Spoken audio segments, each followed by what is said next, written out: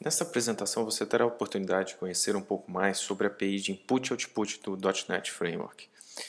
Então, veremos nessa apresentação uma visão geral sobre o .NET Framework relacionados aos aspectos de I/O. Então teremos uma visão geral, aprenderemos como navegar sobre o sistema de arquivos utilizando a API de .NET Framework e entender como ler e gravar arquivos. Então o objetivo é capacitar o aluno sobre os recursos de .NET Framework relativos à entrada e saída de arquivos, né? Podemos então entender que temos algumas classes chamadas, por exemplo, string writer, ou seja, eu quero gravar writer, uma string. Eu posso querer ler um conteúdo binário, posso querer ler um conteúdo string, posso querer gravar um conteúdo binário, posso guardar um conteúdo em memória, posso guardar um conteúdo em arquivo, posso guardar um conteúdo bufferizado, posso ter acesso a um arquivo qualquer, ou seja, eu tenho classes que representam necessidades dentro do contexto de entrada e saída do seu programa, né? Ou seja, gravar um arquivo, ler um arquivo, basicamente. Então, existem classes, né, estruturas que nos auxiliam como ler e gravar a partir desses arquivos que existem, essas pastas que existem. Eu posso obter informações sobre o sistema de arquivos, posso obter informações sobre arquivos, posso obter informações sobre um diretório, posso obter informações sobre um drive, sobre um caminho e basicamente utilizar uma classe muito interessante que é o File System Watcher, que permite com que você monitore pastas e subpastas encontradas em sua máquina. Algumas características interessantes sobre File System Info, ou seja, classe File System Info, lembrando mais uma vez, é uma classe que permite com que você obtenha informações sobre um determinado arquivo do sistema de arquivos. Então, posso obter os atributos que ele tem, né, se ele é read-only, etc. Né, ou se ele está escondido. Posso obter informações sobre a sua data de criação, se ele existe, qual a extensão que ele tem, qual que é o nome completo, o último horário de acesso, o último horário de gravação e, por sua vez, o nome. Temos também em File System Info, permite com que eu remova o arquivo ou o diretório do sistema de arquivos ou atualize os dados daquele determinado arquivo. File Info, no qual eu tenho as informações de um arquivo, eu consigo saber qual o diretório onde ele se encontra, qual o nome desse diretório. Então, basicamente, eu posso obter a referência do diretório, na verdade, a classe que representa, a instância da classe que representa as informações do diretório, o seu nome, o nome do seu diretório, se ele é read-only e qual é o seu tamanho em bytes. Podemos também, dentre as classes, temos também alguns métodos como copy to, ou seja, copiar para algum lugar, criptografar e descriptografar, mover para, abrir somente leitura, abrir como texto, né? Ou seja, quando eu abro como texto eu posso retornar um conteúdo de forma, posso processá-lo como texto, no caso de um texto é muito interessante utilizar esse método, fazer a sua substituição, abrir somente para escrita e assim por diante. Observando aqui o uso de FileInfo, temos o que? Eu instancio a classe FileInfo, onde eu chamo de OurFile. Então, FileInfo, eu tenho o nome da variável atribuída a FileInfo, chamado o que? OurFile. Então, eu estou criando um novo FileInfo. No construtor da classe, é permitido passar o caminho completo do arquivo no qual eu quero acessar.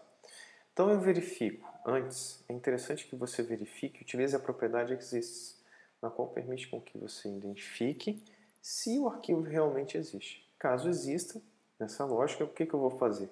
Eu vou imprimir no console da aplicação, né? Eu vou imprimir o nome desse arquivo e qual é o caminho completo desse arquivo, incluindo o seu nome. Temos também uma ação. Como é que eu copio um arquivo? Da mesma forma, eu acesso o caminho completo desse arquivo, passo o caminho completo para o construtor da classe FileInfo e, por sua vez, permite com que, uma vez de posse da referência desse arquivo, eu posso copiá-lo para outro lugar, inclusive com outro nome. Então vamos lá. Temos também a classe diretório-info, que permite o quê? Obter informações sobre um determinado diretório. Então me permite criar um diretório, criar um subdiretório, dado o diretório de qual tem informação, obter os subdiretórios, obter os arquivos, obter as informações de sistemas sobre os arquivos encontrados, mover um diretório para outro local.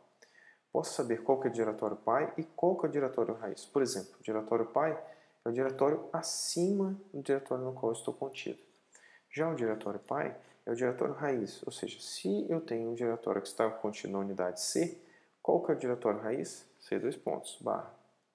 Se eu tiver outro diretório contido, o diretório significa pastas. Então, se eu tiver outra pasta contida, e estiver utilizando o diretório info para acessá-la e utilizar a propriedade root, eu tenho também, por exemplo, no caso de uma pasta que está contida na unidade D, essa pasta contida na unidade D vai significar que, através dessa propriedade, o diretório raiz é o quê? D2 pontos barra. Então vamos lá. Nesse caso aqui, eu tenho, novamente, que instanciar, no caso, uma classe chamada diretório info, onde eu chamo de hours_dir e passo para o construtor dela qual que é o diretório, ou seja, o caminho completo da pasta a qual eu quero acessar. Com isso eu tenho acesso ao caminho completo, a propriedade fullName permite com que eu acesse o caminho completo do diretório. Então, a partir das informações do diretório, eu posso obter as informações dos arquivos contidos naquele diretório, naquela pasta especificamente. E, por sua vez, acessando o nome de cada arquivo contido na lista de arquivos daquele diretório. Então, eu tenho mais uma classe muito interessante, que são as informações de um drive. Então, eu tenho a classe drive_info, na qual eu utilizo em conjunto com o enumerado drive_type. Vamos entender melhor. Então, eu tenho aqui, eu consigo saber se um dispositivo está pronto, se ele está, na verdade, quando eu digo que está pronto, eu identifico se ele está acessível. Então, por exemplo, quando você vai inserir um CD-ROM, no momento que o CD-ROM, o drive CD-ROM ou DVD estiver sendo preparado para exibir o conteúdo dos arquivos a serem identificados pelo Windows, e você, por sua vez, conseguir executá-los, naquele momento que você insere e ele está fazendo esse processamento, ele ainda não está pronto. Então, ele estará pronto só a partir do momento que ele estiver disponível, o sistema operacional disponibilizar um acesso efetivo para que você consiga executar os arquivos ou acessar um arquivo de vídeo que esteja contido nessa unidade. Temos também o nome. Eu consigo também acessar qual que é o diretório raiz, dado aquele drive, daquele dispositivo. Eu tenho também qual que é o total de espaço livre, qual que é o espaço total e qual que é o rótulo, por exemplo. Então, se você atribuir um rótulo a um determinado drive, dizendo, por exemplo, esse meu drive aqui é arquivos, eu terei aqui no volume label o nome arquivos no rótulo do meu drive. Temos também o enumerado drive type. O enumerado drive type permite com que identifique os seguintes dispositivos. No caso, o CD-ROM é considerado para DVD também. Eu tenho também quando é um disco fixo, no caso um disco rígido. Eu tenho também quando eu tenho um drive mapeado, um drive de rede. Quando eu tenho um drive armazenado em RAM, a gente utilizava isso muito no MS-DOS. Quando usava o MS-DOS, nós tínhamos o RAM drive. Eu tenho também um disco removível, o que podemos dizer como disco removível? Um pendrive ou um disco externo. Ou quando ele não é conhecido pelo Windows, por identificado, mas ele, quando não se encontra em nenhuma dessas categorias, ele é classificado como unknown, ou seja, desconhecido. Temos também na classe drive_info um método estático que permite listar todos os drives contidos naquela máquina. Então, por exemplo, eu quero listar todos os drives contidos numa máquina. Como é que eu faço? Eu crio uma variável, no caso um array estou criando um array de drives, na verdade, um array cujo tipo é drive_info, e na classe drive_info eu tenho um método estático que me permite retornar a lista de drives. Então, para cada drive eu tenho acesso as suas informações de drive, onde eu posso pegar o nome e o tipo, por exemplo. Temos também a classe Path. A classe Path permite com que você obtenha as informações de um determinado caminho. Então, por exemplo, você forneceu um caminho, né? Você utiliza o drive.info, file.info e acessou o caminho dessa classe. O que você pode utilizar em Path? Path permite com que você tente extrair algumas informações desse caminho completo. Por exemplo, o nome do diretório, o nome da extensão, o nome do arquivo, qual que é o caminho completo, se ele tem extensão ou não, né? E eu posso utilizar alguns métodos muito interessantes, como por exemplo o Change Extension, que permite com que eu faça a renomeação de forma segura de uma extensão, ao invés de ficar fazendo, por exemplo, uso de métodos encontrados na classe string, como por exemplo substring, né? Tentar identificar o que realmente é a extensão. Então nós temos um método chamado Change Extension, que permite com que você mude a extensão de um arquivo, na verdade não mudar, né? A partir da definição daquela string do caminho completo do arquivo, você consegue fazer a mudança utilizando Change Extension. E, enfim, usando outras classes para mudar o nome daquele arquivo. Então, por exemplo, vamos entender melhor. Como é que eu mudo a extensão de um arquivo? Eu tenho um caminho sugerido, esse caminho pode vir a partir da informação do arquivo, ou como estou exemplificando, manualmente, definindo o arquivo. Eu posso utilizar path para o quê? Path e o método getExtension para identificar qual que é a extensão. Então, o que ele vai fazer? No momento que você chama esse método sobre essa string, o que vai acontecer? Ele vai identificar essa extensão do arquivo, ou seja, que existe a extensão .txt. Então, nós temos também, para mudar a extensão, o que eu faço? Eu pego a extensão, pego o caminho completo e digo, eu quero mudar a extensão para BAC. Então, o que ele vai fazer? Vai substituir o termo txt ao final do arquivo por BAC. Então, é isso que é feito. Então, posso identificar qual é a extensão e modificar a extensão. Então, nós temos também a classe File System Watcher, que é muito interessante. Então, por exemplo, se você tiver sistemas de processamento de mensagens, né, sistemas onde uma mensagem ela é colocada em um determinado diretório, né, ou seja, uma mensagem dentro de um arquivo TXT, né, para integração de sistemas, ou um XML, que seja, você consegue utilizar essa classe para fazer o monitoramento de uma pasta, né, mais especificamente o monitoramento das alterações contidas nessa pasta. Então, por exemplo, se você incluir um arquivo, alterar um arquivo, remover um arquivo, será disparado 3 tipos de evento basicamente, para que você consiga, a partir desses eventos, executar uma lógica para cada condição e tomar uma ação necessária. Então, por exemplo, eu posso habilitar, disparar esses eventos, ou seja, caso aconteça alguma mudança, posso determinar o filtro, por exemplo, se por padrão, no caso, se eu encontrar um arquivo numa pasta e não definir qual é o filtro, eu vou disparar a ação, seja no momento da inclusão, da alteração ou da exclusão de um arquivo. O interessante é o seguinte, que você defina um filtro, ou seja, qual que é a extensão que vai ser filtrada, para que não aconteça, por exemplo, processamento indevido ou algum problema em sua lógica por conta do não tratamento daquele determinado tipo de arquivo, daquela extensão de arquivo. Eu posso incluir subdiretórios, verificar qual é o caminho que eu vou monitorar, por exemplo, né? Quais serão os filtros de notificação, ou seja, se eu vou colocar quando for criado um arquivo, for deletado, for renomeado, ocorrer alguma modificação basicamente. Então, por exemplo, os eventos possíveis para execução no File System Watcher são changed, modificado, criado, deletado e renomeado. Então, por exemplo, aqui, eu crio para executar isso, o que eu faço? Eu tenho que criar no meu programa uma instância de File System Watcher. Né? A partir dessa instância, eu defino qual que é o caminho a ser monitorado,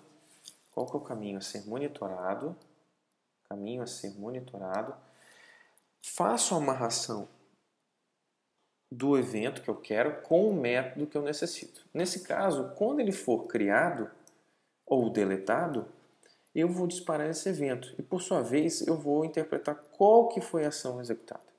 Então, a partir disso aí, eu posso, por exemplo, se eu criar um arquivo, ou seja, se um arquivo for incluído nessa pasta temp, no caso aqui, o que vai acontecer? Eu vou disparar a ação especificamente de processamento, né, de um arquivo, de envio de uma mensagem, por exemplo, via web service e assim por diante. Quais são as classes que representam o sistema de arquivos, então? Então vamos entender como gravar e ler os arquivos. Vimos superficialmente algumas dessas classes, né? Mas vamos adentrar mais para saber como ler e gravar arquivos mais especificamente. Então tem a classe File. A classe File possui um conjunto de métodos estáticos que permitem o quê? Copiar um arquivo, criar um arquivo em formato texto, fazer a ação de mover um arquivo. Posso também abrir como texto, abrir para gravação, ler todos os bytes, ler todas as linhas, ler todo o texto e assim por diante. Temos também a classe Directory. A classe Directory, ou seja, diretório, que mais representada no Windows, chamada de pasta, permite que a gente crie, através de alguns métodos estáticos, criar um diretório, deletar um diretório, verificar se ele existe, qual a data e hora de criação, quais são os subdiretórios, né? Os diretórios que estão contidos dentro daquele diretório, quais são os arquivos, qual que é o diretório que representa o raiz, quais são os arquivos, né, que estão contidos naquele diretório. Qual a última data de acesso, quais são os drives lógicos, né, qual que é o drive pai, mover aquele arquivo e assim por diante. Então eu tenho também o enumerado File Access, que é utilizado, por exemplo, nos métodos. Voltando aqui rapidamente, no método aqui, por exemplo, vamos lá.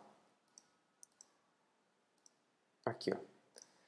Quando eu for abrir, eu posso dizer, quando eu for executar o método open, por exemplo, eu posso passar na assinatura deste método se eu quero leitura para escrita, escrita e leitura. Assim como também eu tenho algumas variações. Você pode observar, ó, somente leitura, somente escrita e assim por diante. Eu tenho também o enumerado File Mode, né? O enumerado File Mode permite indicar se eu quero, ao abrir ou criar um arquivo, se eu vou somente fazer append, se eu vou criar esse arquivo, criar sempre um novo, abrir ou criar, ou truncar o arquivo.